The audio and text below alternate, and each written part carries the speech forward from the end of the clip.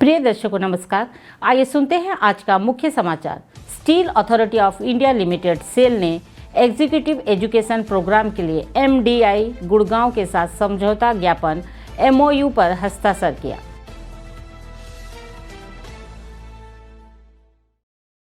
Cell Rourkela इस्पात संयंत्र में व्यावसायिक प्रशिक्षण के दूसरे बैच के सत्र का शुभारंभ।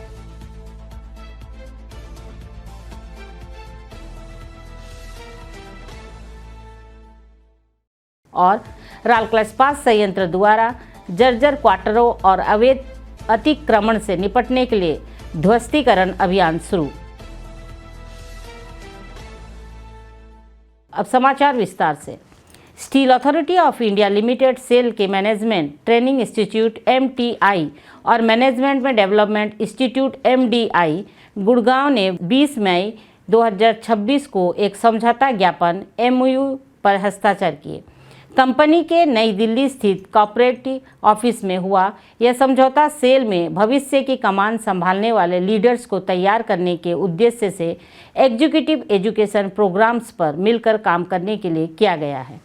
यह साझेदारी अकादमिक ज्ञान को व्यवहारिक इस्तेमाल के साथ जोड़ेगी। इसके तहत कस्टमाइज्ड लीडरशिप प्रोग्राम्स, रणनीति और इनोवेशन पर आधारित लर्निंग इंटरवेंशन, मापने योग्य व्यावसायिक प्रभाव के लिए action learning, overseas learning programme, संयुक्त रिसर्च और कंसल्टिंग और कंपनी के अधिकारियों की ज़रूरतों के हिसाब से तैयार किए गए केस स्टडीज शामिल होंगे। इस सहयोग का मुख्य उद्देश्य ग्लोबल बेस्ड प्रैक्टिसेज के साथ तालमेल बिठाते हुए संगठनात्मक क्षमता को मजबूत करना है। इस समझौता ज्ञापन एमओयू पर सेल के एमटीआई के कार्यपालक निदेशक एचआर एल&डी श्री संजय धर और एमडीआई गुड़गांव की professor Sumita Roy, dean industry connect ने हस्ताक्षर किए। इस अवसर पर सेल के निदेशक कार्मिक श्री के सिंह और सेल तथा एमडीआई के अन्य वरिष्ठ अधिकारी भी मौजूद थे।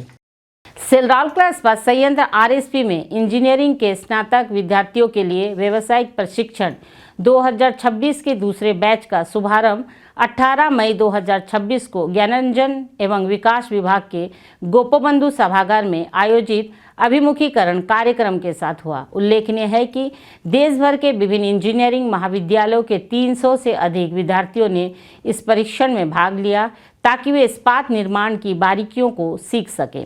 उद्घाटन सत्र की अध्यक्षता मुख्य महाप्रबंधक मानव संसाधन एल&डी श्री पी साहू ने की। इस अवसर पर महाप्रबंधक मानव संसाधन एल&डी श्री पी साहू भी उपस्थित थे। कार्यक्रम का उद्देश्य प्रतिभागियों को एकीकृत इस्पात संयंत्र की विभिन्न गतिविधियों से परिचित कराना तथा प्रशिक्षण अवधि के दौरान अपनाई जाने वाली आवश्यक सुरक्षा सावधानियों की जानकारी देना था।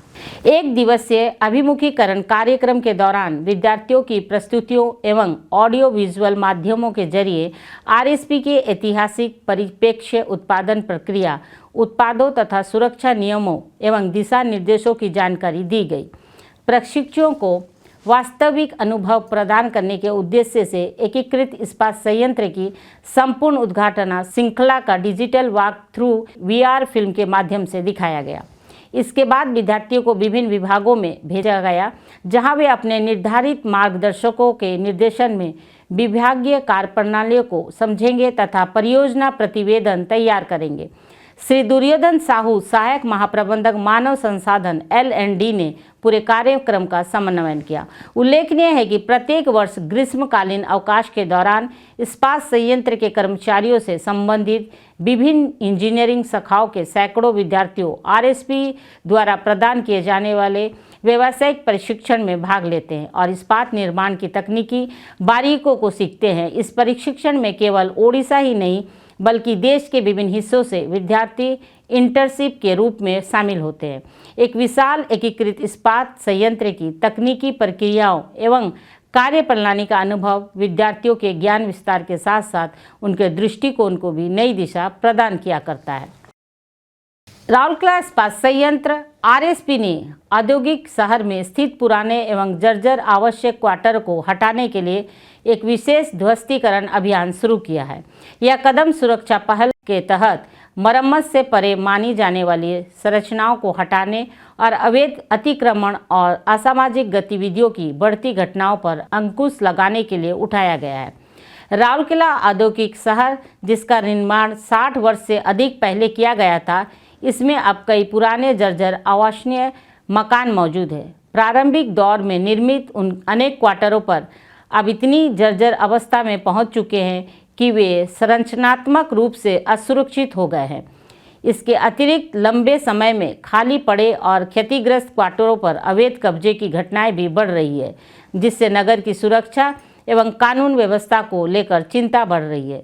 सेक्टर 21 के ए ब्लॉक में तोड़फोड़ का काम 20 मई 2026 को शुरू किया गया। अब तक 37 क्वार्टर तोड़े जा चुके हैं, जबकि आने वाले दिनों में और भी क्वार्टर ध्वस्त किए जाएंगे। आज के हिंदी समाचार यहीं समाप्त होता है। नमस्कार।